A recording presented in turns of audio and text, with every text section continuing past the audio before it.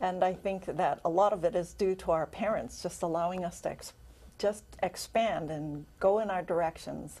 And Robert took the path of war, becoming a gunship pilot in Vietnam, and I took the path of peace. I think the book, Rich Brother, Rich Sister, is about the path. I don't know if there's a regret to it. Like, if you look at the two of us, we're completely opposite. As she says, she was for peace, I was for war. And then one day I woke up and I crashed 3 times in Vietnam, and each time I was going, why am I still alive? And it kind of brought up the question, you know, what is my life for? Am I supposed to be doing something with my life? Is that why I'm still alive? And so then we make course corrections, and we came back together again in 1985 when I was making a lot of money as a manufacturer. And then one day I said, is this all there is, just to make money? And I quit. So in 1985 I quit, and I went off to start teaching people how to make money. Instead of just making money for myself, I began teaching other people.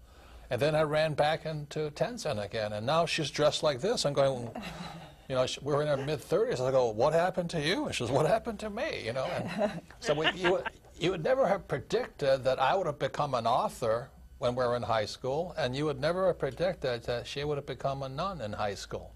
So the book is about really finding your spiritual path in life, right?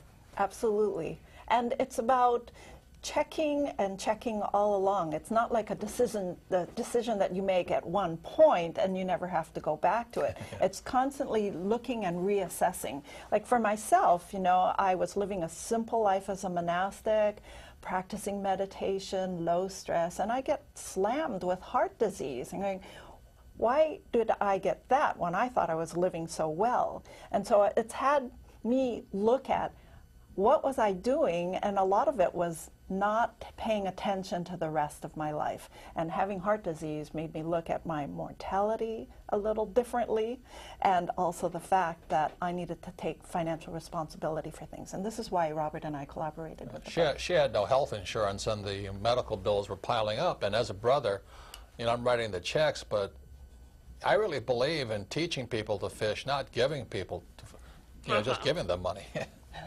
So that's when we got together. So I'll teach you how to fish, and you teach me to be a kinder, gentler person. So I got the better end of the deal. And the other aspect of it is that we're both now becoming aged baby boomers, and so our process is really applying to so many people in the same boat as we are, where, you know, as we become aging baby boomers, we have rising health costs. It comes together, and I think we have to be realistic in looking at both our financial view of life as well as our health view, and then looking at what is the meaning of our life, because it's going to end. And we have to see how we can assess, have we been using our life well? Because my wife and I, when I stopped my manufacturing company and went out just teaching, we didn't have any money for a long time. But I was unhappy just making money the other way. So I think happiness is a good way to gauge how well your life is doing. If your spirit is happy, there's a fulfillment to life. But if it's just about the money, or you're in a bad relationship and you're unhappy, I don't think that's healthy, wouldn't you say? Absolutely. And we're really looking at the two balance sheets in our life, because if you pay attention only to one, it's going to come knocking on your door in the other direction. You know, so we had to look both at spiritual wealth for my brother and financial wealth and responsibility on my side, and really bringing that into balance. And you know, that having that balance brings more contentment of mind and happiness. What do you two, when you were writing the book, what did you want readers to walk away with? The idea that we may be born to a biological family, but we go in search of our spiritual families, and her spiritual family is the Buddhist organization, His Holiness the Dalai Lama. And we'd never have guessed that as kids. Never. And for me, you know, it was when we were raised Christians, and it was the love of money is the root of all evil, and here I am sneaking around, you know, pretending I don't love money. So I had a lot of guilt and all that stuff. But then I found out that it's not money that's the problem. It's am I being generous or greedy with what I did? So for me, I had to find a way to be generous, is to give before I received.